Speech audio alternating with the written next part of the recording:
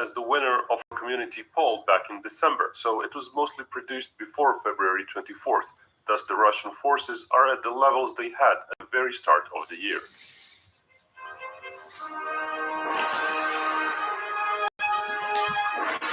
Seeing how a real country might fare in World War II can be tried out in other ways too, like those border regions to the west still remain populated with 1941 soldiers that were not part of the Russian Soviet Republic and its 1941 industry, like Eastern Poland, the Baltics, Belarus, and Ukraine. To simplify things, this video will ignore the psychological and sociological effects of such an event. The fact that suddenly the whole Kaliningrad region of modern-day Russia would be superimposed over the German-held territory would faze no one.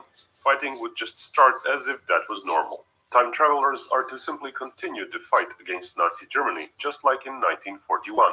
As the point of the video is to explore just the modern technology effect, most potent weapons like information will not travel through time. Russia will forget all history after mid-1941, and nuclear weapons will get lost during the time travel event.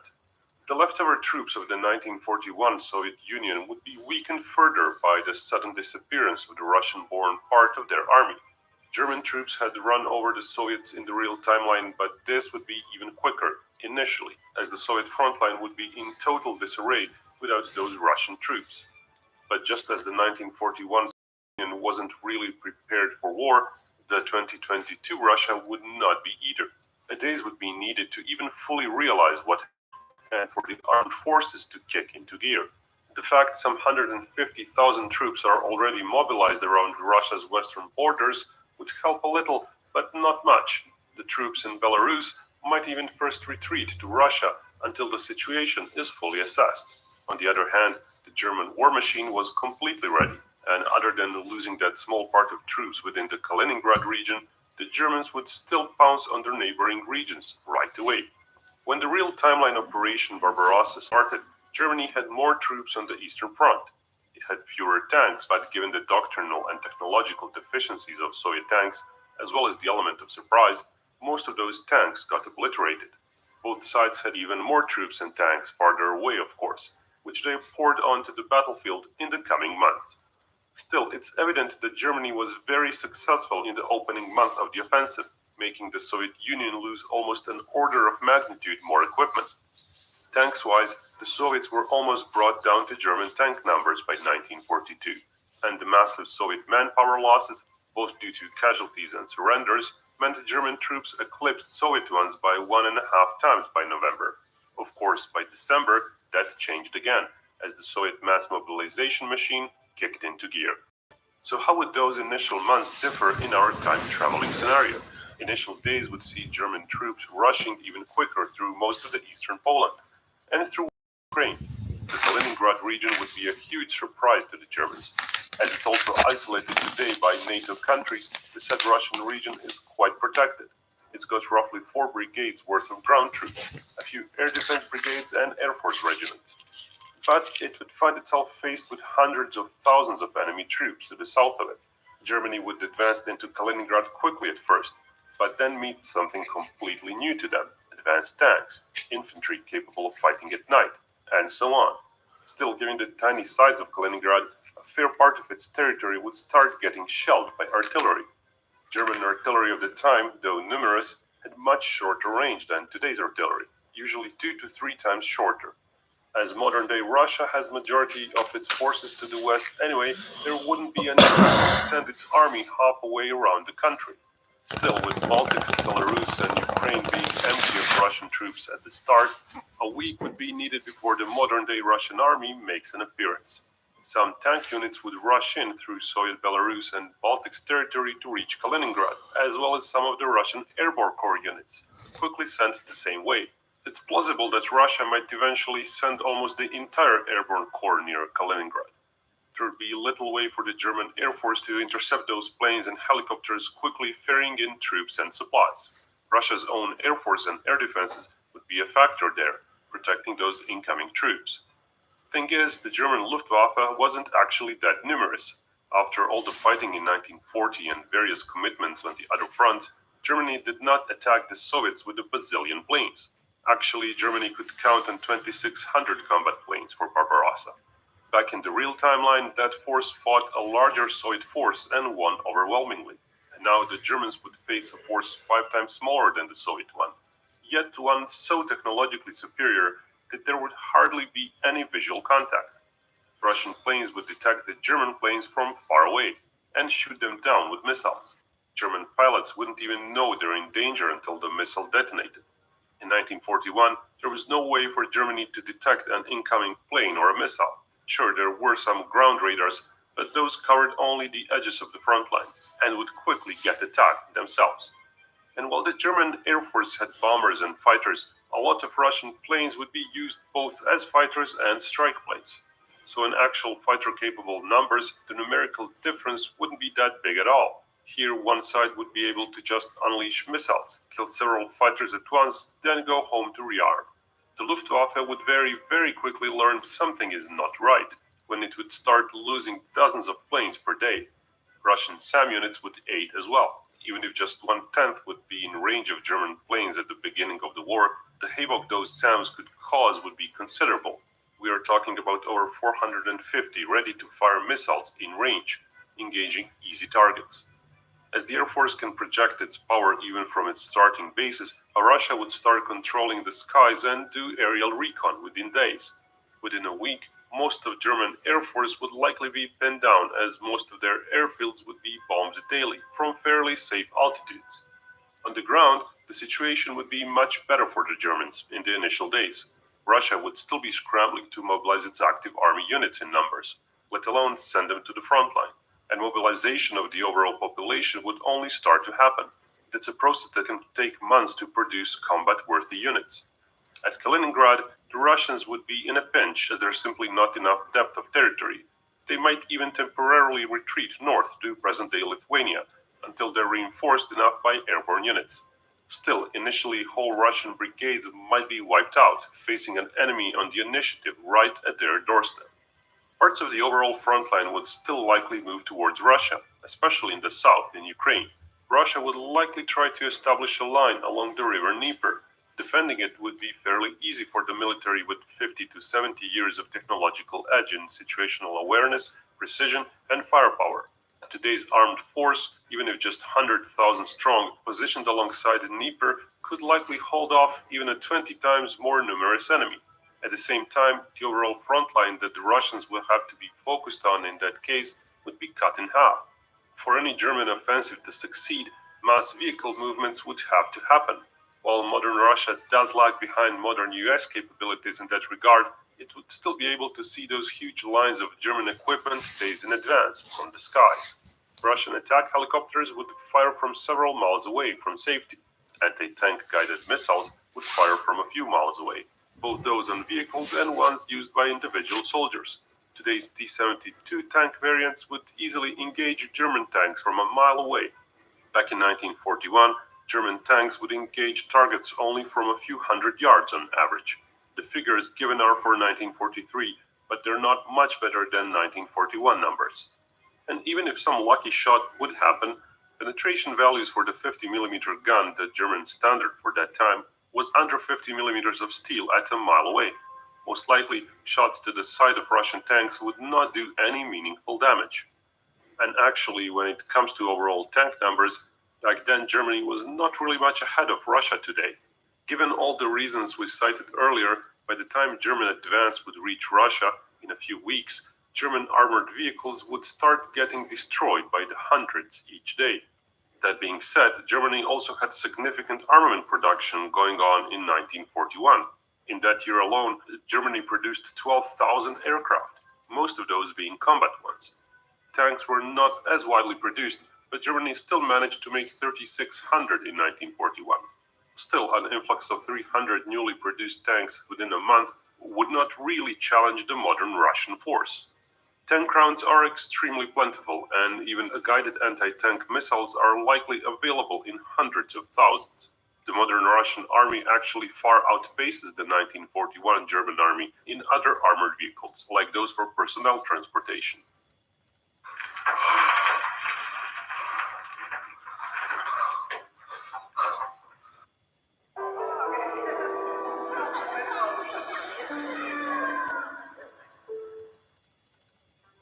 Basically, most German troops back then did their frontline maneuvers on foot.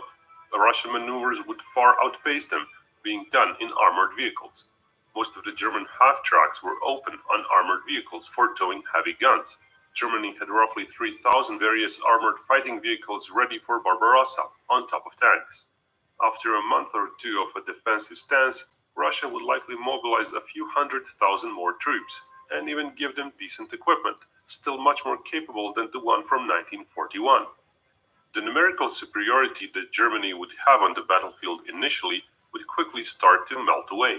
Keep in mind that Germany had 3.7 million troops ready for Barbarossa, while of the 350,000 Russian troops, only a part, perhaps half, would actually be near the front line and ready to fight in the initial days. But by July, most of the army would be on the battlefield. By September, many Russian National Guard and reservist units would join in. That National Guard is by today's standards a paramilitary force, not trained for combined arms combat and not comparable to the army in armaments. But in 1941, they would still be better equipped than the average German unit, having armored personnel carriers, mortars, and even some artillery. Russia would still be quite limited by the fairly small number of soldiers. They simply could not be everywhere at once, so most of the front would be devoid of Russian offensives. But those few areas where Russians would amass enough forces to go on the attack would see the front line change rapidly. Concentrated armored brigades would be able to demolish nearly anything in their path, up until they run out of supplies. Air Force recon planes would have the German rear area scouted out. Some drone aircraft would circle the battlefield itself, protected by some Air Force planes. Helicopters would aid in further recon. The only serious issue for the Russian Air Force would be ground attack runs. Due to a relative lack of modern targeting and stand-up weapons, those would still sometimes be done at somewhat low altitudes. So a better part of the Russian Su-25 fleet, as well as a lot of helicopters, might eventually be lost to ground fire. Most of the Russian tanks and recon vehicles would aid in the effort as well, observed from a dozen kilometers away at times, against a few kilometers at most for Germans, and during the night, the Germans would be virtually blind. Indeed, it's likely most decisive pushes would be done precisely at night. During the last 10 or so years, the Russian army has invested a lot in night fighting capabilities, not only for its helicopter fleet or tank fleet, but also for individual soldiers. Most of the maneuver unit soldiers in the Russian army now feature a night vision scope.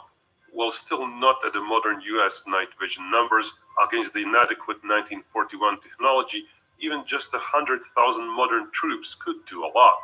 German vehicle formations would be paralyzed, hunted, and destroyed. Supply depots and troop concentrations would be under immense and precise artillery barrage, fire corrected by drones. It's likely that the Russians would be making big pincer movements and trapping tens of thousands of German troops at once. Coming back to the air war, the German aircraft production in 1941 was already quite high. Basically every month another 700 planes or more were made. Most of those could be sent to the Eastern Front line. Now, actual missile inventory in Russia's air defenses and air force is unknown, but it's likely to be at least 8 times the number of launch platforms, very likely more. Flying high for Germans would mean very easy detection for Russian radars and assured destruction. Flying very low would delay detection and could even mean that Germans could have sporadic, very low-flying air support, as the Russian Air Force could not patrol the entire front with fighter jets 24/7. Their plane fleet is just not numerous enough for that. But flying low also means loads of tactical short-range SAMs, including countless shoulder-launched missiles being fired at German planes. But an even bigger issue for the Germans than losing the planes and tanks would be losing their crews. While some tank crew members would usually survive a neutralized tank, most pilots would die when their plane is struck by a missile larger than a Manpad class one. Planes and tanks are complex machines. They require skills to be used effectively, months or even years of experience, and all those crew members would be dying at an unprecedented rate.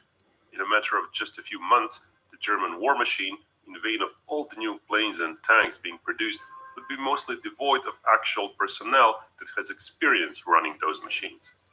On top of everything, morale in the German forces would drop significantly, due to massive losses over a short period of time. The enemy that seemingly strikes out of nowhere with precision and due to an enemy that seems to know where to strike and when to strike, even at night. Modern-day military capabilities would seem almost godlike to 1941 Germans.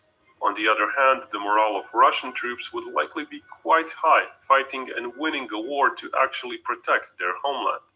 It's also worth remembering that in the real timeline, 1941 Germany didn't have to face many bomber raids. Yes, the British did some raids, but those didn't amount to much. The Russian bomber force would be able to reach any target in Germany and use nearly countless cheap bombs dropped from a perfectly safe altitude. In 1941, Germany had no means to do effective interception at 35,000 feet. Basically, Russia could increase the tonnage of bombs dropped on Germany by 12 times compared to the real timeline. And that doesn't include Su-34 raids with laser-guided bombs for precision hits on select industrial targets. Interestingly, if the Russian satellites high above the Earth do not time travel with Russia, there would be no satellite-guided weapons. A lot of the cruise missiles and some bombs would be much less effective. Planes themselves would have a harder time navigating to their targets.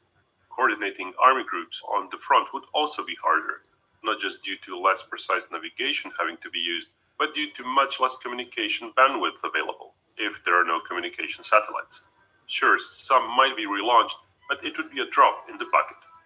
The German industry might be faced with a similar level of destruction that it faced in 1944, until Russian bomb stocks dwindle, which may take a while. Russia would kickstart production of additional ammunition and armaments, but it's unrealistic to expect those would have an impact as the industry adjusts. Complex stuff like planes, helicopters, tanks, and most of the other vehicles would not have time to ramp up production before the war ends. Stuff like dumb munitions, but also simple command or laser-guided munitions could, however, ramp up fairly quickly. The Russian economy would take a massive hit, of course, not due to German activity, but due to the time-traveling event. At the start of 2022, Russian foreign trade amounted to almost half of its GDP. It would actually be worse than what Russia is going through right now. While the war industry would manage due to the fight for the life of the country, the overall economy would be in shambles. Russia is quite self-sufficient, though, in part thanks to various sanctions in place since 2014. Foodstuffs-wise, only fruit would really be lacking. But there are bound to be various items that would be hard to replace in numbers in the short term, impacting a quick switch to high-tech war production. Still, it would be nothing compared to the shortages Germany would be facing. It's likely that by the end of the year, Russia would manage to mobilize enough for front-wide offensives. On the other hand, the Germans would be terrified of the almost supernatural enemy, their morale wrecked. If only 20% of the stored Russian vehicles and armaments would get used by the I reservists think you're within those few months, underestimating it would Germany. still constitute quite an addition. With the Russian army properly They organized lose, and no manned, doubt, the front but line might already be approaching Germany's borders as 1942 begins. The Ukrainian front line would fall apart as well by then, considering that up north, even Germany proper would be threatened. Otherwise, Germany would face a huge portion of its army cut off, if, for example, Russia drives south from Poland and towards Hungary, cutting off western Ukraine. Most likely, Germany itself would surrender as well. Whether that would take actual entry of Russians in Berlin is debatable. Sure, in the real timeline, the German population did not rebel against Hitler, but that was after almost 6 years of war, during which it was subjected to propaganda, Allied bombing, and their lives getting gradually harder. With a much more swift defeat of the German army and the quality of life dropping almost overnight, the average person might rebel more easily, including even military commanders, being faced with an almost godlike enemy. Coup d'etat or no coup d'etat, Russians reaching Berlin would be a matter of time. It would surely happen by the early 1942. Both Germany and Russia / parts of old Soviet Union would ultimately have far fewer casualties due to the war being several years shorter. And actually, all this time the scenario was holding back. A direct airstrike on Hitler and the German High Command might be attempted, and if somehow one nuclear missile did time travel through, it could be quite useful. Nuking Berlin would most likely result in a beheaded Nazi Germany, one very likely to sue for peace, perhaps even in the opening month of the war. In theory, the same could be achieved without nukes. the precision bombing of various locations with the bunker buster conventional bombs.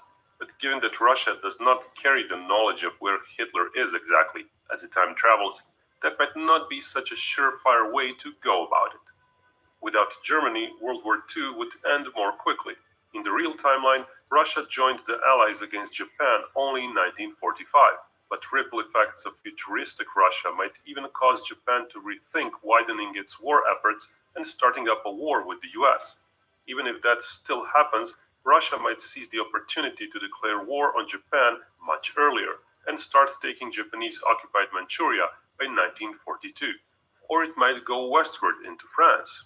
History as we know might be rewritten, so sending modern Russia to World War II might actually create many issues due to the butterfly effect, which is why all that is not the point of this video.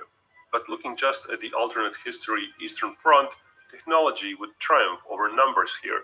80 years presents too great of a technology gap for a World War II military to fight against. Now a few more words about Call of War.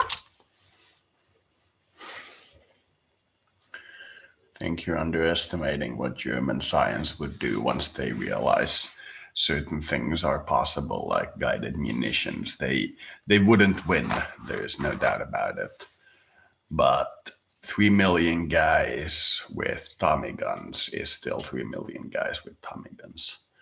You don't want to make leaps of assumption, but yes, that seems roughly accurate.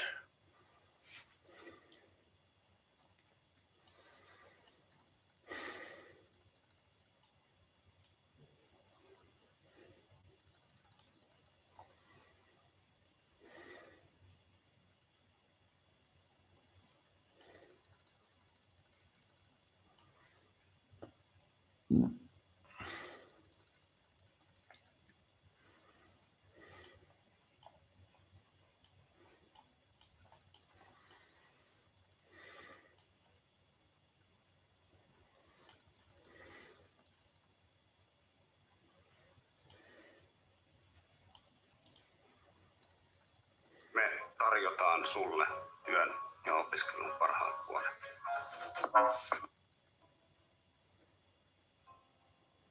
Depending on when this show is set, this is a very, very good theory that this could be Matt Decker we're looking at. That aged well, didn't it? We've had some news since our last news video about the news that came out yesterday. Let's get into it. I'm Sean Ferrick for Trek Culture, and I guess we're getting Kirk. Anyone who's been paying attention to the internet for the last 24 hours will know that yesterday there was a couple of TikToks from the users Saeed and Aziz Yavash. That is an amazing username. They both shared information via several Twitter accounts as well that Paul Wesley of the Vampire Diaries fame was filming for Star Trek Strange New Worlds. Now, we know from production timelines it was for Season 2, and we did a whole big news video about who it could possibly be. The forerunner being Matt Decker, because none of us thought it was going to be a certain character. Now, I'm addressing this one directly to the CBS employee who sits there watching for when our news video comes out and then hits upload. Thank you very much for keeping us on our toes. I'm not going to lie. This is all fun. So, since then, the internet, as is well known for its calm and measured responses to everything, went nuts. And what I mean is that we've had a vast reaction to the idea of James T. Kirk being brought into Star Trek Strange New World. We have had the absolutely glorious, oh my god, I'm so excited responses to the how many times has Kurtzman been fired this time? You've ruined Star Trek, blah, blah, blah, blah, blah. This one has thrown me for a bit of a loop, I'm not going to lie.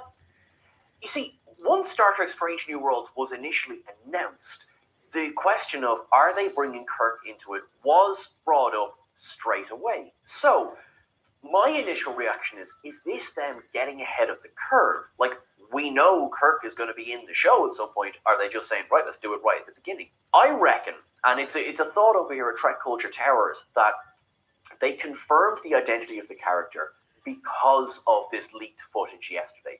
I don't think we would have got it this early otherwise, because he's only appearing in Season 2. Now, that's what they've confirmed. we might get a surprise appearance in season 1, but they've said season 2 character James T. Kirk. Let's say that this is going to take place post Star Trek Discovery. In 2258, Discovery goes through the wormhole into the future. That leaves a period of 2258 until 2265, which is when Kirk takes command of the USS Enterprise. However, the footage shows Kirk in a captain's uniform. So that does seriously narrow it down somewhat. Kirk is born 2233 in Iowa.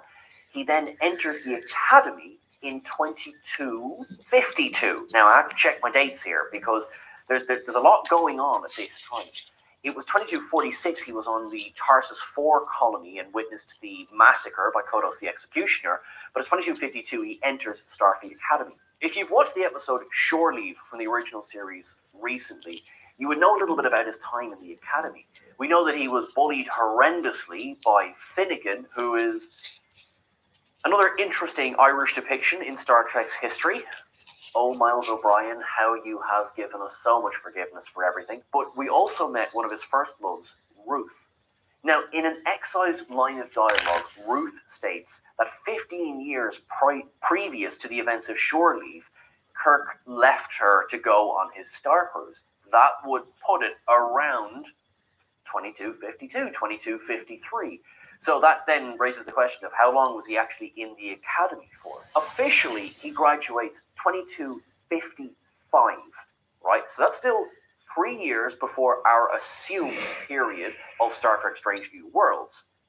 Okay, we know from the Kelvin universe he rises to the rank of captain fairly quickly, but actually that tracks in the Prime universe as well. He rose through the ranks very, very quickly. He had already served aboard the USS Republic with Jack Finney in the early 2250s, but 2255 is when he's posted on the USS Farragut under Captain Garovic.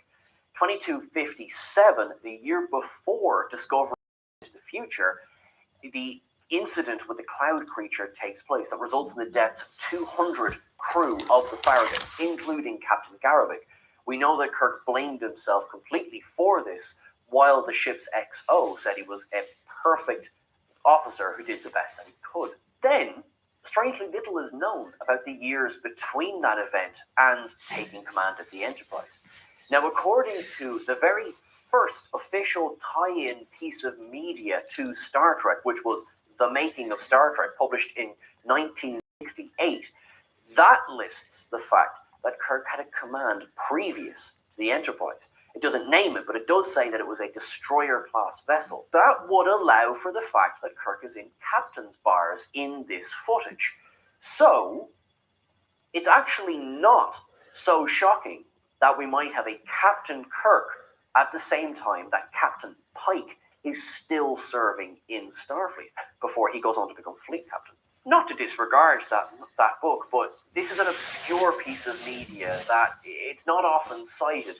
It's not to say that it can't be, nor that it is not a genuine piece of reference here. It is a slight bit of a stretch, I won't lie, but hey, look, we have the entirety of beta canon to play with, so everything is a stretch, everything is fair game. There is another issue. In the leaked footage, Captain Kirk is standing beside La'an Noonien Singh. Akiva Goldsman confirmed that La'an Noonien Singh, and, by the way, her brother, who has been cast, will have a relation to Khan Noonien Singh. Now, this is where we start to get a bit headachy, because we know Spock is serving aboard the Enterprise. We now know he's going to be serving with La'an Noonien Singh. We now know that La'an Noonien Singh is going to be at least acquainted with James T. Kirk. So, what does this mean by the events of Space Seed, where Kirk and Spock meet Khan Noonien Singh for the first time?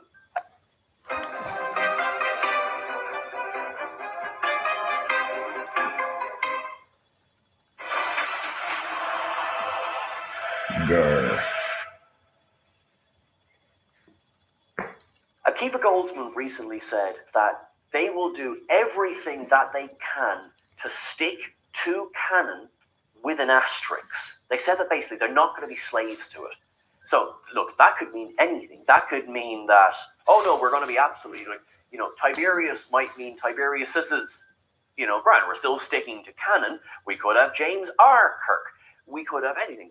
We could completely rewrite all of Star Trek history, start with a blank slate. No one's canon. Kirk doesn't exist. Who is Christine Chapel? None of this happens. Probably not what's going to happen. But there is, of course, the time-honored possibility of alternate reality where they can do whatever the heck they like. This is a piece of news that has completely bamboozled and confustigated the fan base, because when is this set? Where is this set? What's going on? Ow, my head. That's okay. That's why we like these kind of videos. Now, we also mentioned in yesterday's news that the cast pushed for the inclusion of a large event in Star Trek history which hadn't been shown on screen before. Now that Kirk is confirmed to be appearing, one wonders if this narrows that list down a little bit as to the possibilities. And to be honest, I think that Anybody this puts alive in more the weight audience? behind the Axanar theory. James Kirk was awarded a Medal of Peace for his actions at Axanar. Now, Axanar occurred in 2251, which would be prior to our assumed timeline of Strange New Worlds, but it is an event that features Kirk. Anyway, he wasn't captain at the time, but it does feature Kirk. Although we don't know if Pike was in any way involved, a couple of different versions of the story have Axanar as a smaller scale battle with only two ships facing off against each other, so possible that Pike wasn't there. It still is a defining moment in Star Trek's history. Of course, there is the Klingon War established by Star Trek Discovery, so what was Kirk up to at that time? Did the Farragut serve during the Klingon War? Very possible. He was assigned to that ship at the time. Quite frankly, we don't know.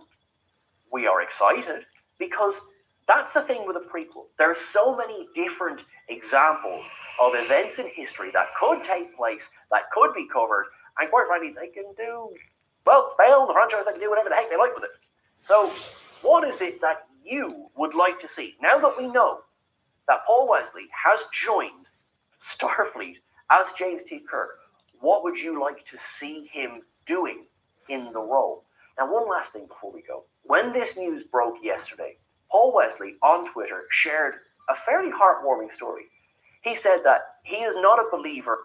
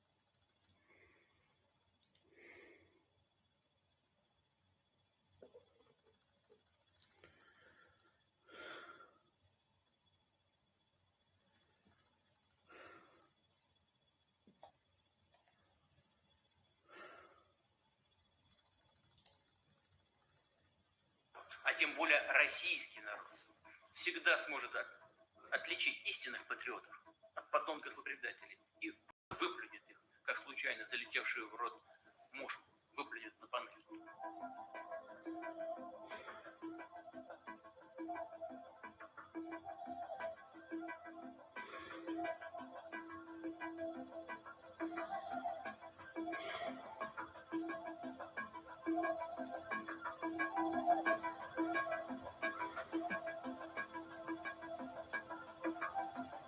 Я совсем не осуждаю тех, у кого вилла в Майами или на французской ривьере.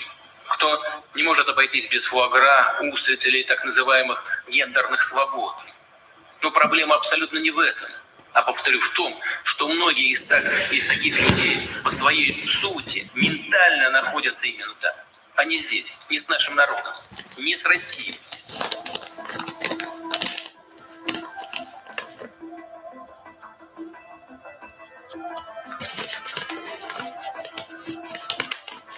Операция развивается успешно, в строгом соответствии с заранее утвержденными планами. У нас не оставалось другого варианта для самозащиты, для обеспечения безопасности России, кроме проведения специальной военной операции. И все поставленные задачи, безусловно, будут решены.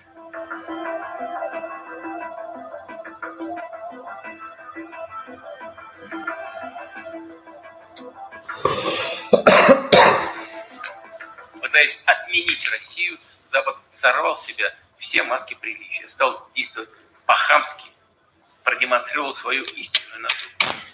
Просто напрашиваются прямые аналогии с антисемитскими погромами, которые устраивали нацисты в Германии в 30-х годах прошлого века.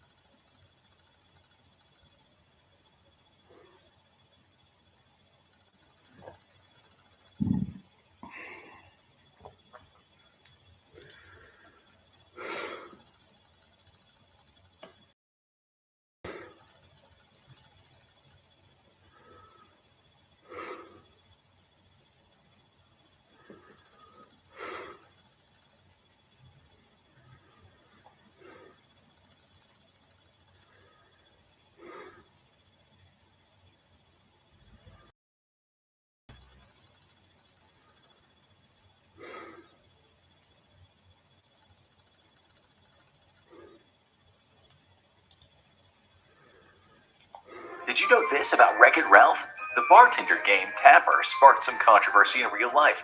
The real-life game was originally intended for adults to play in bars, as it featured a bartender serving mugs of Budweiser beer. However, the game eventually made its way into kid-friendly arcades, upsetting parents. Soon, a kid-friendly version was made called Root Beer Tapper, where the bartender is replaced by a soda jerk character. So, how is the game presented in the film? It mixes the two versions with the bartender dispensing root beer.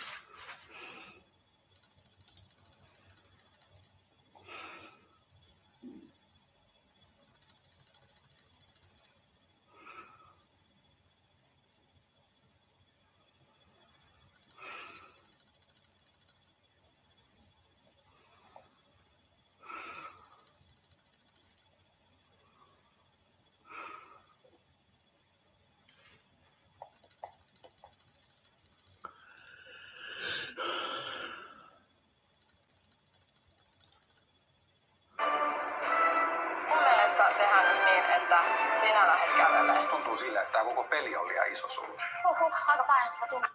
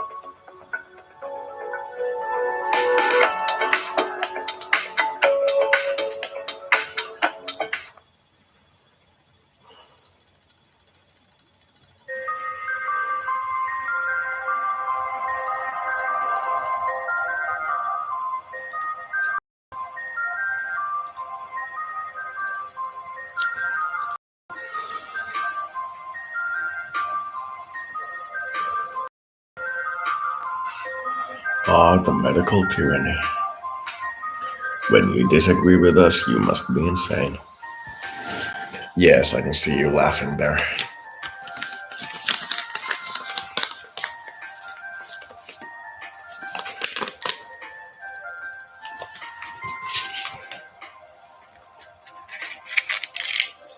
When you don't agree with us, you must have dementia, because all the good public agree with us.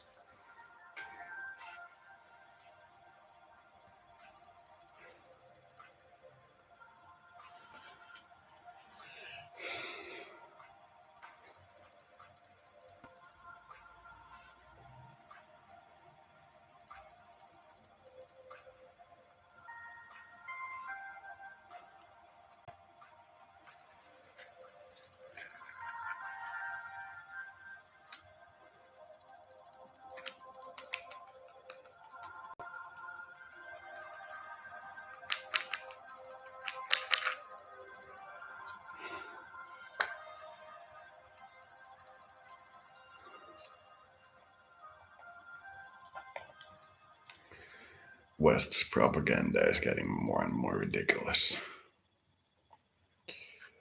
Oh yes, he has dementia. That is why he disagrees with us. If he were not dementic, he would never have war with us, because all the good public agree with us. Yeah, that's a smart stance to take. Though I'm never surprised by any of this shit. Flaming onion.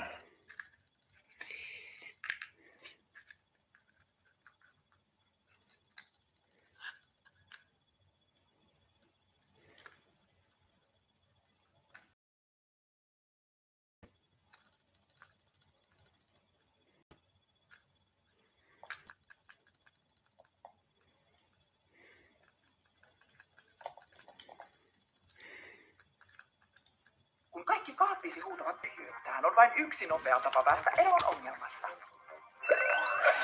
Dora, kotiovellesi minuuteissa. Tilan.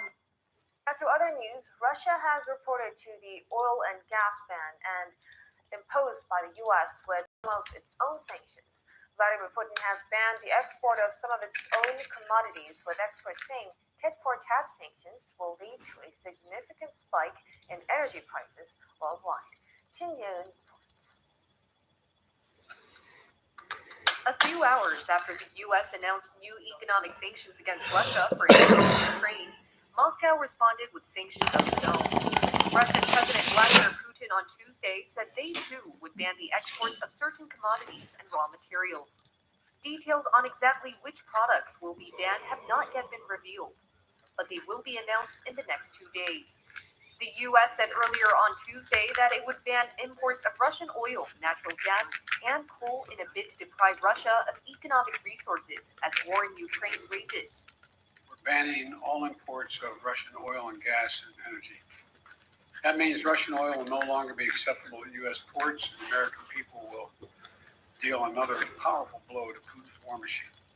Following Biden's announcement, the UK proposed phasing out Russian oil imports by the end of 2022. The EU also said it would cut Russian oil imports by 2/3. Following Russia's tit for tat on Tuesday, pundits forecast that households around the world will suffer from a spike in wholesale prices. This comes as Russia is the world's second largest exporter of crude oil and a key player in grains and metal exports. Despite the sanctions, Russia has not stepped back from its invasion of Ukraine. Moscow did, however, offer another ceasefire from 10 a.m. Wednesday local time to provide humanitarian corridors for Ukrainian civilians in Kyiv and 4 other cities to safely escape. This follows the first successful evacuation through an agreed corridor on Tuesday, when some 5,000 fled from the city of Sumy. The UN says Russia's invasion has caused the fastest growing refugee crisis in Europe since World War II. As of now, more than 2 million people have left Ukraine. Snow, Arirang News.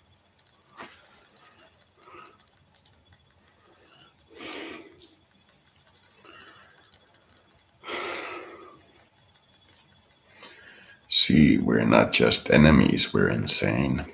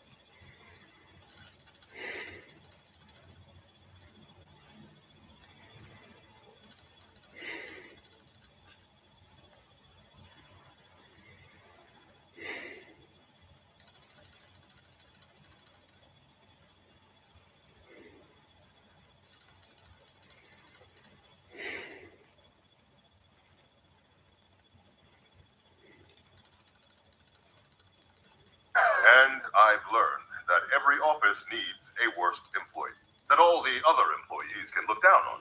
I can be that. I can be that guy. Now, if you'll excuse me.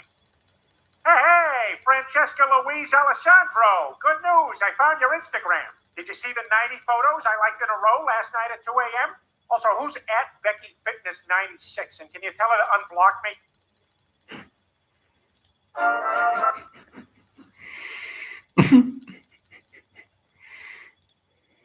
I don't know, Joe. Sometimes the security's pretty lax. I mean, the last plane I was on got gay jacked.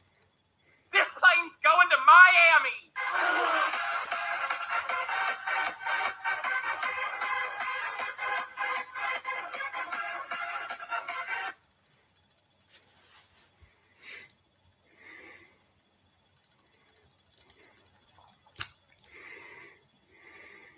It's so sad that Jobs died. Who the hell is Steve Jobs? Lick my balls.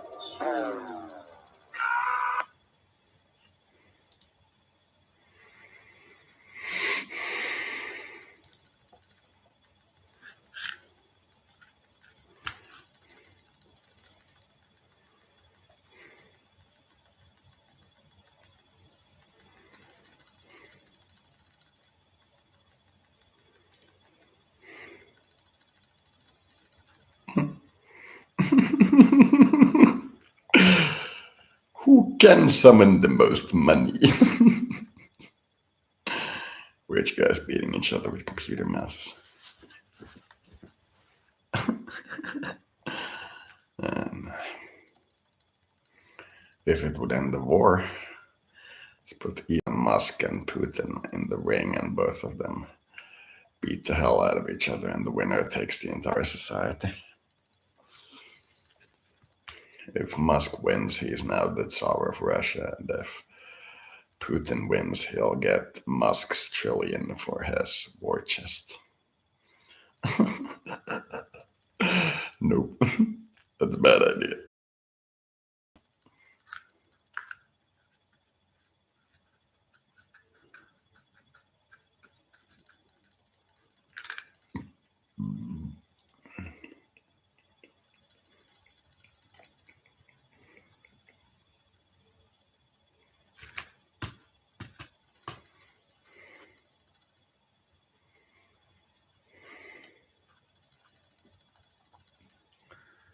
PNG, JPEG, and GIF. It's not GIF, you fucking moron, it's GIF. GIF.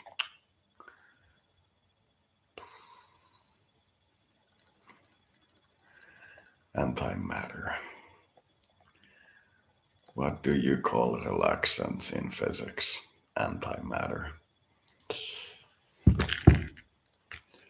How sick. Glorious. It's pretty good calling anybody from, like, the US calling anybody a criminal. It's a pretty good one.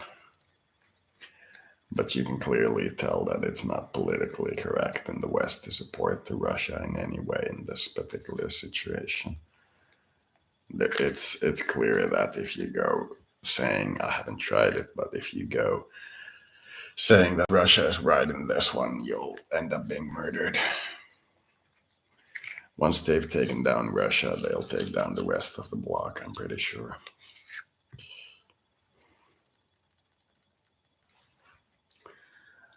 And by that, I mean anybody who isn't the champion of their unlimited power upon the world. And I'm not even going to call them the West, because it's essentially not West. It's like authoritarians or something.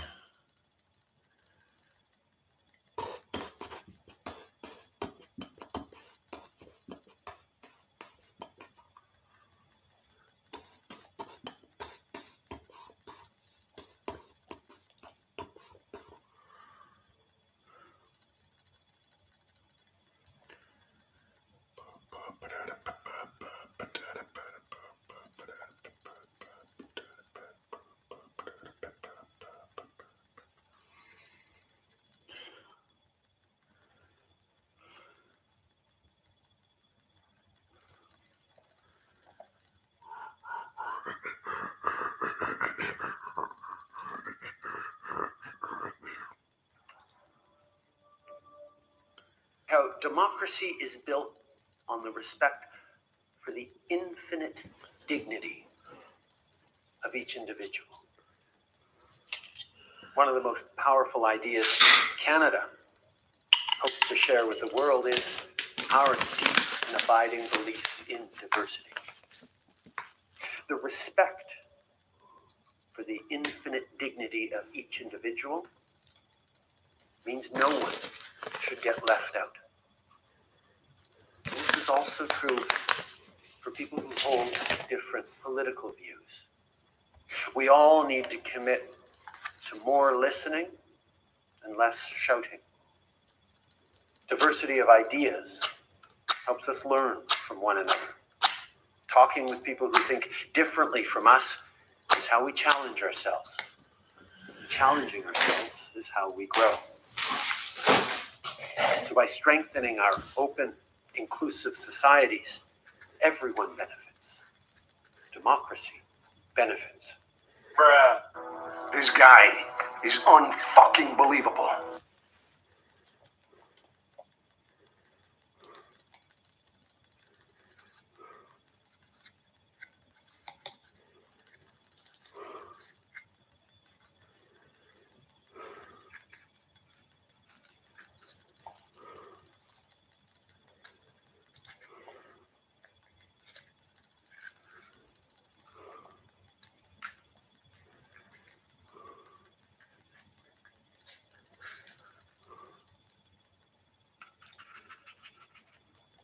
You're a wizard, Harry.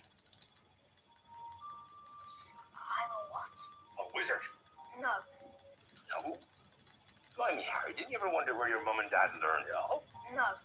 You've made a mistake. I mean, I can't be a wizard. Did you ever make anything happen? Anything you couldn't explain when you were angry or scared? Sorry. No. No?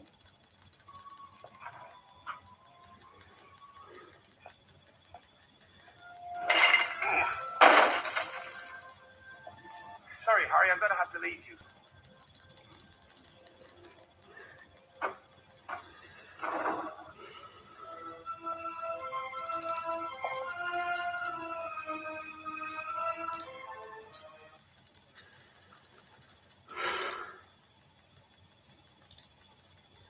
Guns are a major problem, especially in the hands of someone like you. It was in a box with Chris's adoption papers. Oh, you heard nothing.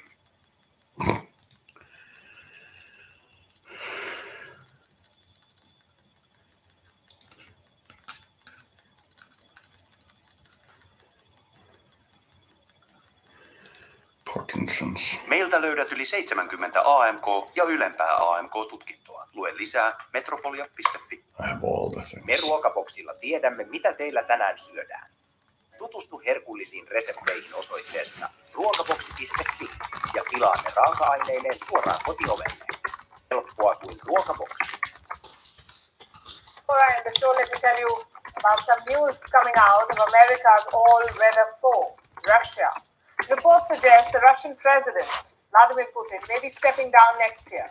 Remember, Putin is Russia's longest-serving leader since Stalin. The constitution of Russia was recently amended to allow Putin to remain in office till 2036. That's 16 years to go. Why then is there news of him stepping down? Reports say Vladimir Putin has Parkinson's.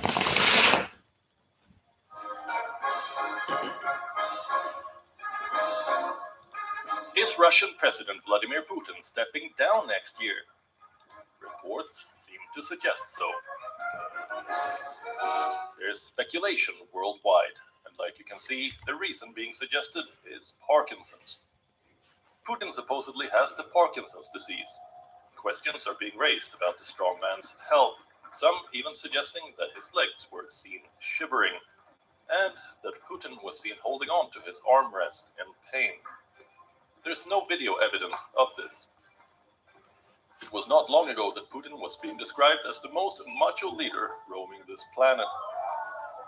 He was photographed riding a snowmobile, showing off his judo moves, playing ice hockey, operating a hand glider, scuba diving, and swimming in freezing Siberian lakes. There were also photos of him shooting a tiger with a tranquilizer dart, shooting a polar bear. Some said Putin's colorful life made other world leaders look pretty dull. There's no doubt the 68-year-old Putin has a reputation of an outdoor adventurous man. And that makes us wonder how legit these reports are. So instead of speculating, let us first tell you what Parkinson's disease really is. It's when you have a car and you ask your son to park it because you're too lazy. It's Parkinson's. That or leaving your child to wait in the shopping queue while you go run to get something.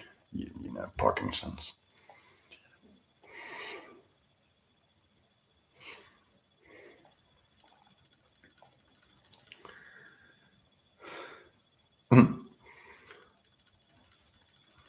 Yes, we could send them our Air Force. No, we American cannot accept it, because Russia say no. We will, however, call him war criminal for not allowing to send more weapon. Boy. This link is probably enough to get me banned on YouTube. Still not out. Yeah, not out yet. Thinking I might actually want to catch some Z's because I ran out of matches, so I can't smoke anyway, and I don't have much to do, and I'm kind of feeling sleepy, so I might actually grab some shadow. But since there isn't much audience activity and there isn't much going on the stream, I'll quit it here, I think.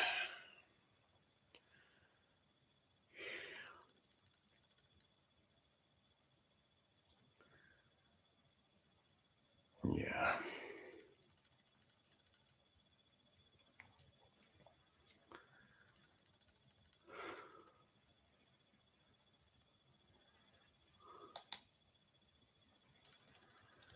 Yeah, it's been nice. Let me know if you guys want like another video today or something. Well, I'll get back to it if there's requests. Thank you for watching.